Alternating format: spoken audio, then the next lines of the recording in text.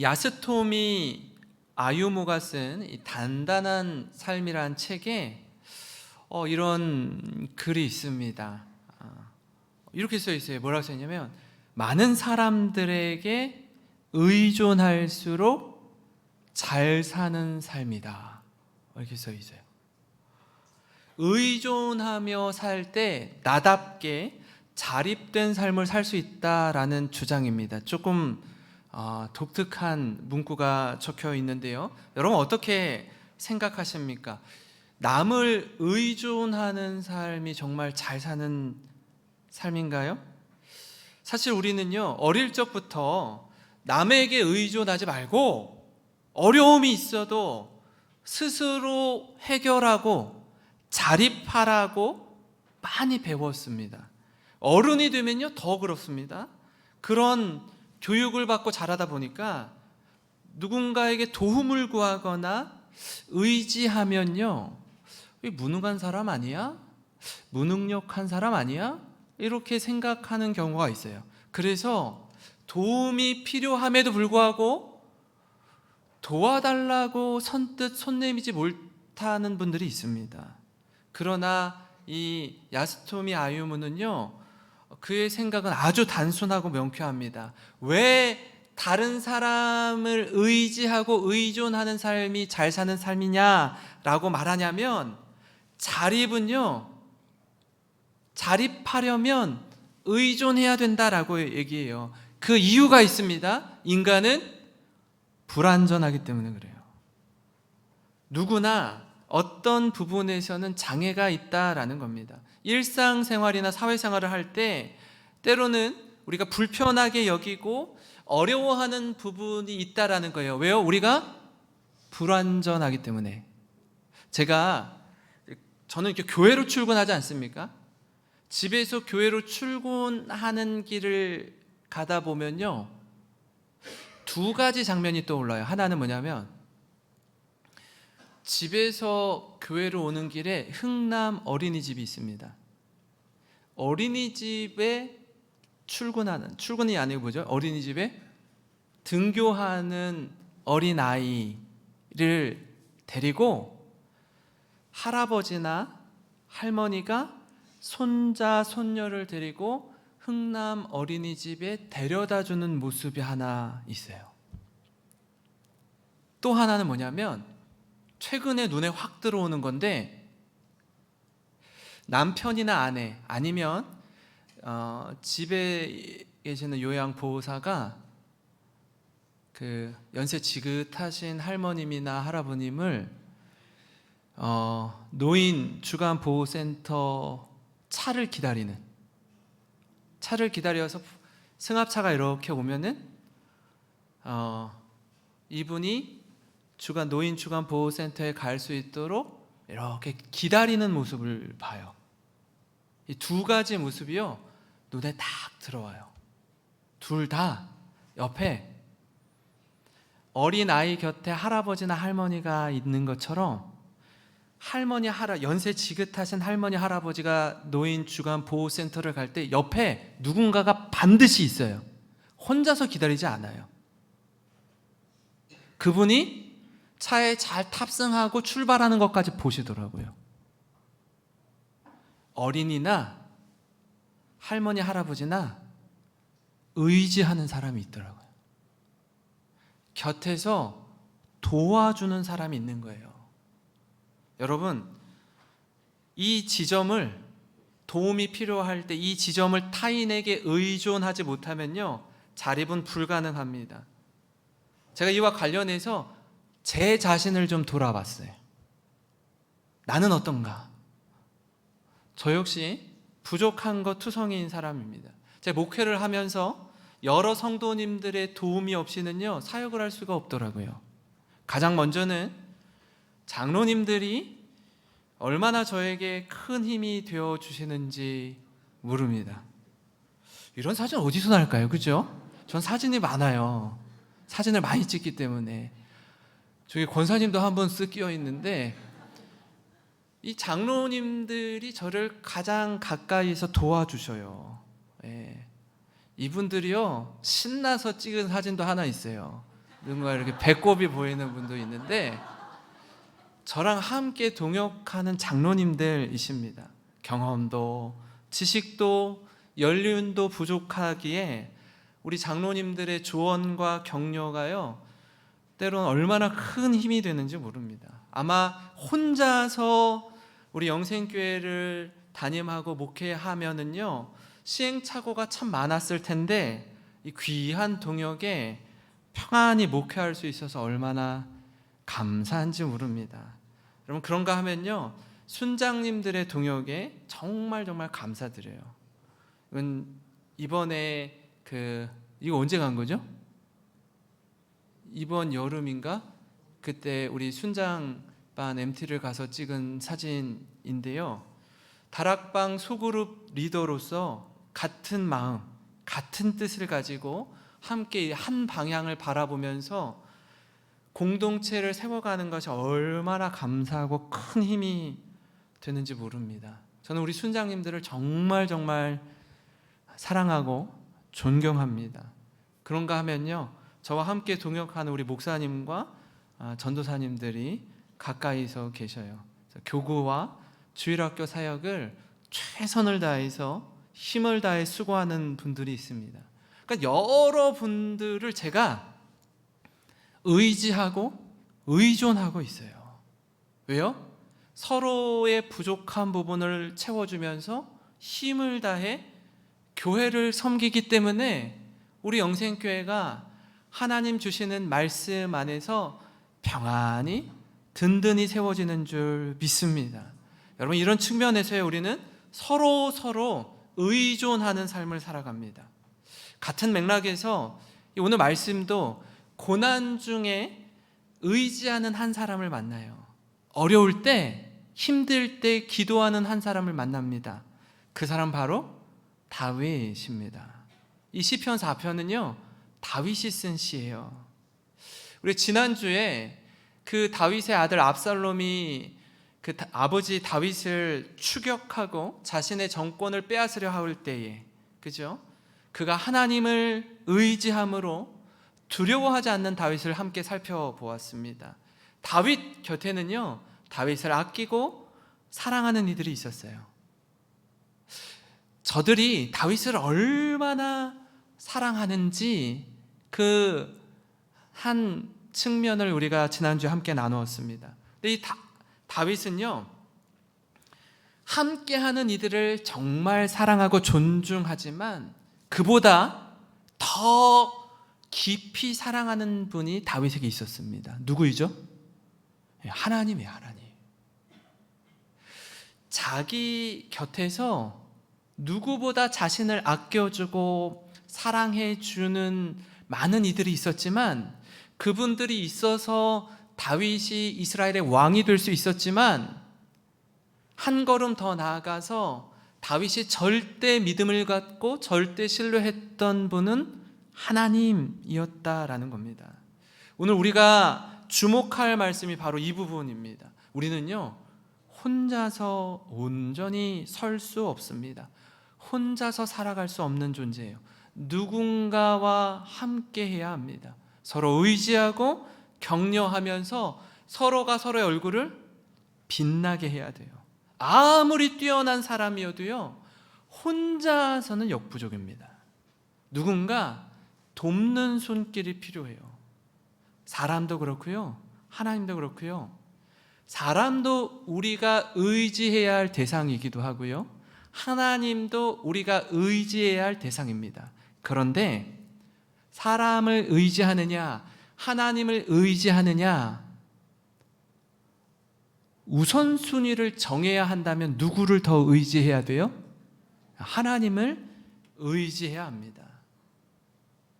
여러분, 이처럼 도울 힘이 없는 인생에게 첫 번째로요, 우리의 도움 되시는 하나님을 의지해야 된다라는 사실을 여러분 기억하시기 바랍니다. 우리는요, 공동체적 존재입니다. 그렇기 때문에 함께하는 이들과 도움을 주고받으면서 살아가요. 근데 중요한 순간이 있어요. 결정적인 때에 사람이냐 하나님이냐를 선택해야 될 때에는요, 하나님을, 우리의 도움 되시는 하나님을 의지해야 돼요. 다윗은 곤란한 중에 기도합니다.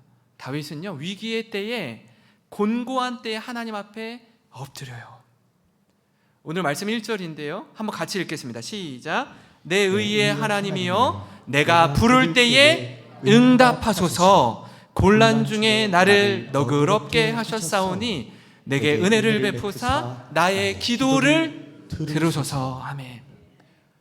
다윗은 사울 왕에게 쫓길 때, 압살롬의 반역에도 항상 하나님께 엎드렸습니다.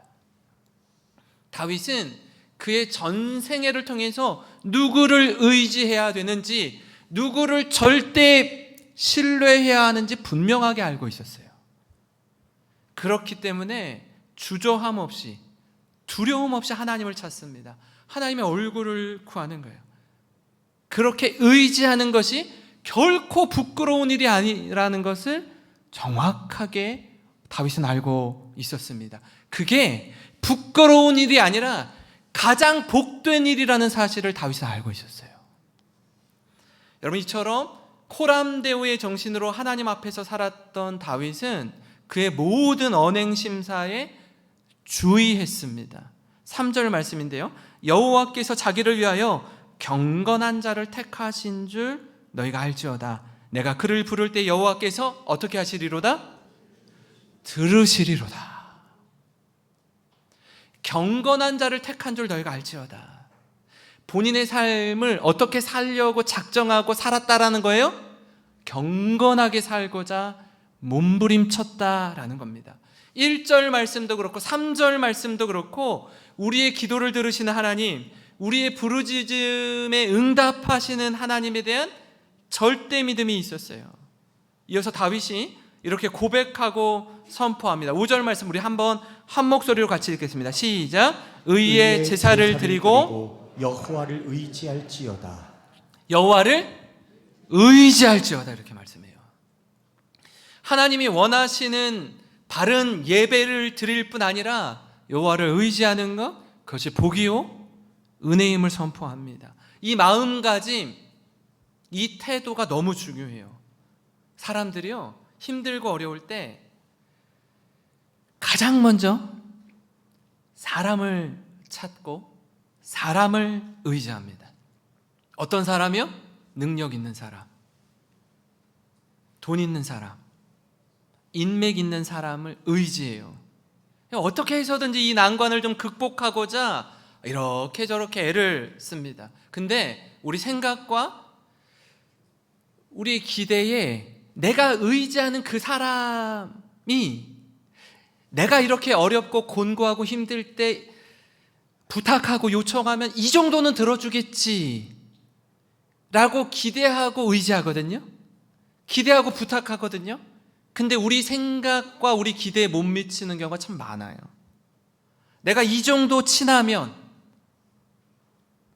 나를 이 정도 아껴주면 내가 어려울 때 분명히 도와줄 거라고 믿었는데, 확신했는데 실제로 그런 일을 마주하면 언제 그랬냐는 듯이 하나 둘 우리 곁을 피하는 경우가 많습니다. 떠나는 경우가 많아요. 나중에 전화도 받지 않아요. 문자에도 답이 없어요. 여러분, 그게 인생입니다. 냉혹한 현실이에요. 그래서 이렇게 저렇게 애를 써보다가 주위에 사람이 없어요. 아무도 없으니까 그때 어떻게 해요? 그때 우리가 부르는 찬송이 있어요. 전부여 의지 없어서 손 들고 옵니다. 같이 부를까요? 주 나를 외면하시면 나 어디 가리. 내 죄를 씻기 위하여, 내 죄를 씻기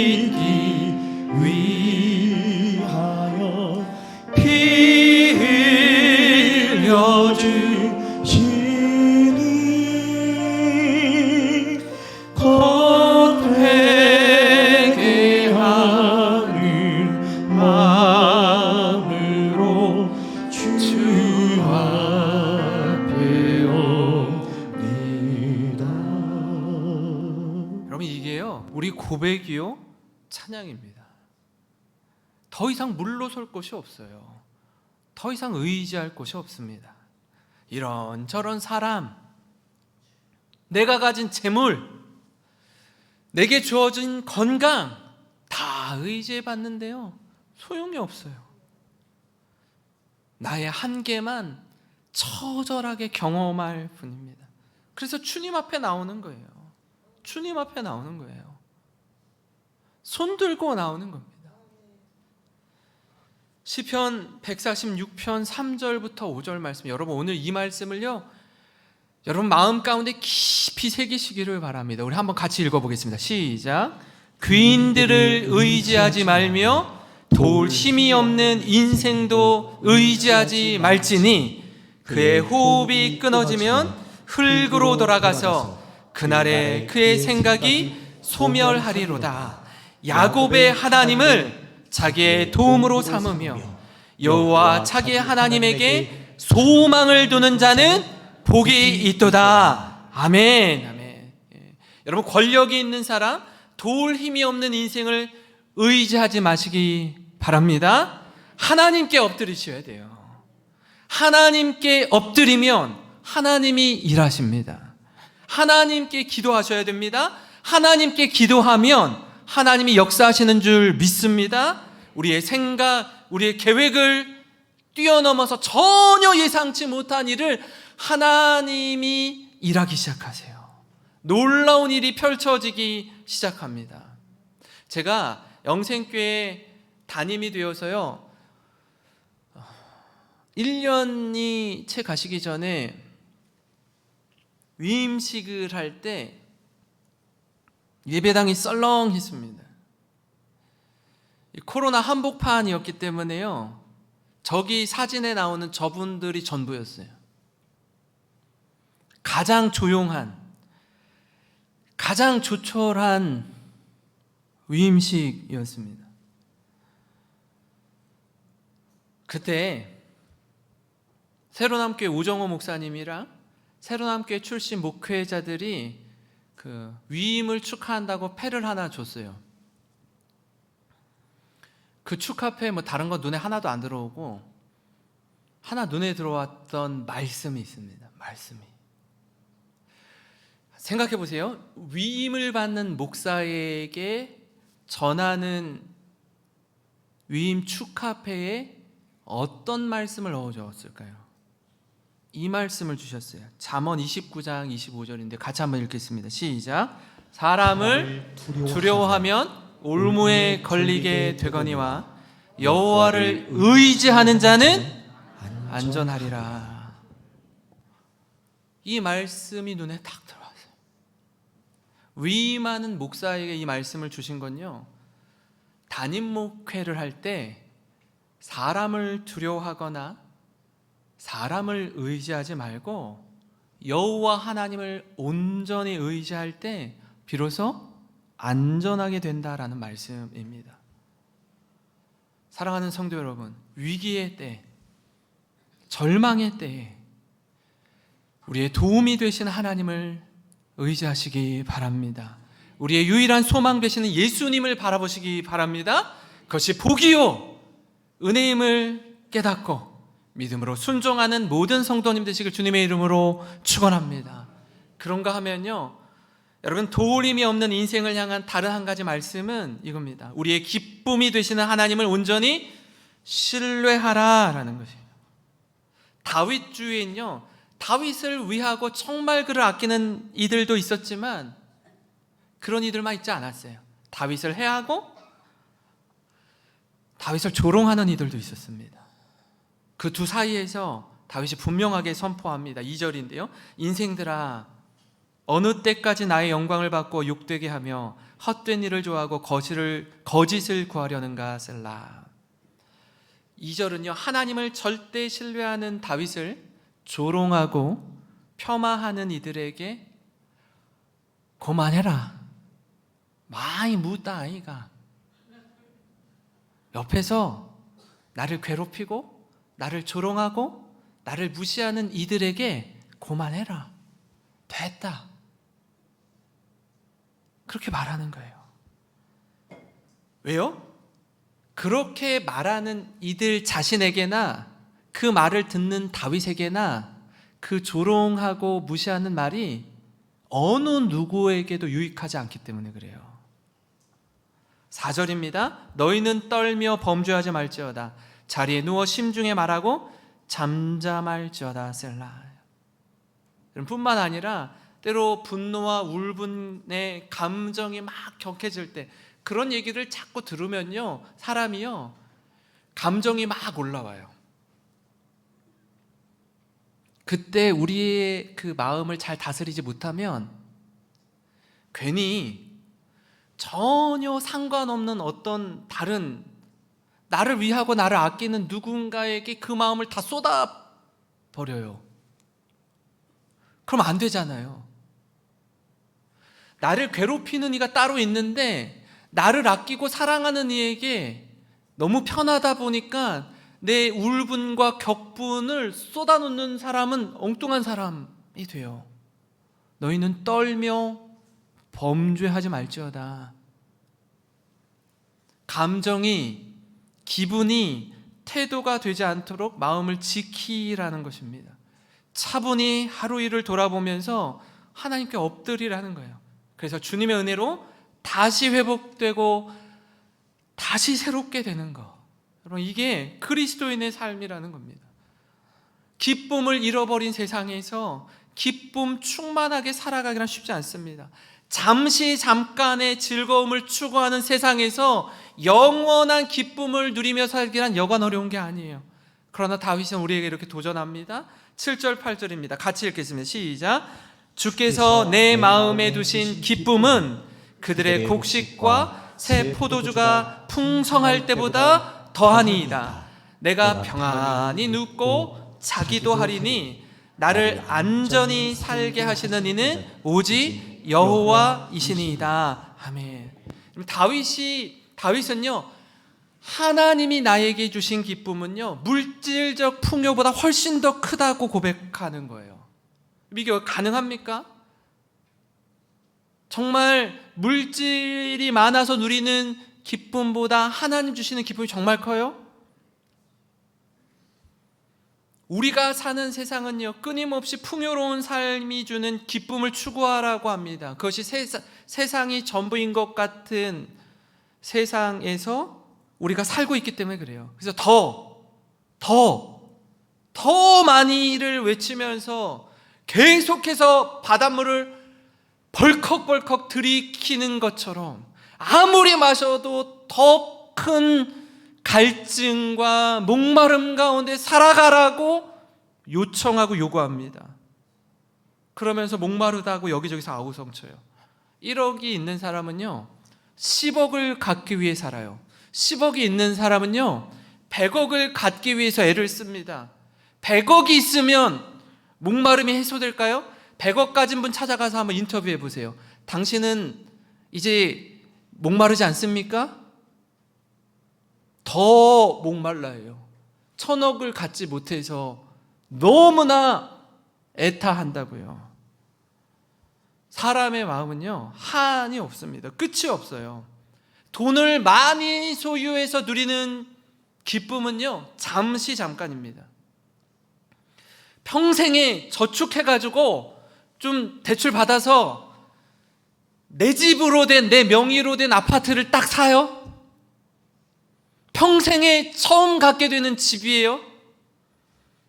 그렇게 누리는 기쁨이요? 한두 달이면 끝납니다. 좋은 차를 사서 누리는 기쁨 역시 마찬가지예요. 명품 핸드백을 사서 누리는 기쁨 역시 오래 가지 못합니다. 그렇다면서요, 명품과 가품을 구분하는 방법이 비가 올 때라면서요. 에? 비가 올 때 이렇게 하면 가품이고 비가 올 때 이렇게 하면 그게 오래 못 간다고요. 잠깐입니다. 제가 대학을 다닐 때 저는 IVF 출신인데 조이 선교회라고 있었습니다. 조이 선교회라는 기독교 동아리가 있었어요. 저들의 정신을 이 조이, J-O-Y로 표현을 하는데요, 이렇습니다. J, Jesus first. 예수님을 첫 번째 두는 겁니다. O. Others second. 이웃을 두 번째로 두는 거예요. Y. You third. 나 자신을 마지막에 두는 삶. 그게 진짜 기쁨을 가진 이 삶이라는 거예요.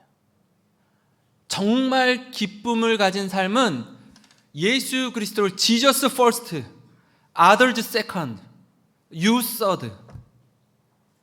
그렇게 살아갈 때 하나님이 우리에게 주시는 참된 기쁨을 누리면서 살 수 있다라는 겁니다. 사랑하는 성도 여러분, 우리의 기쁨은요 여기 있습니다.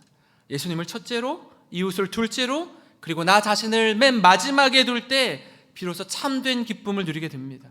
우리의 영원한 기쁨 되시는 하나님을 온전히 신뢰하시기 바랍니다. 어떤 경우에도 우리를 놓지 않으시고 포기하지 않으시는 하나님을 바라보시기 바랍니다. 그래서 잠깐 있다 사라질 것에 마음을 두지 않고 영원한 가치를 추구하는 모든 성도님 되시길 주님의 이름으로 축원합니다.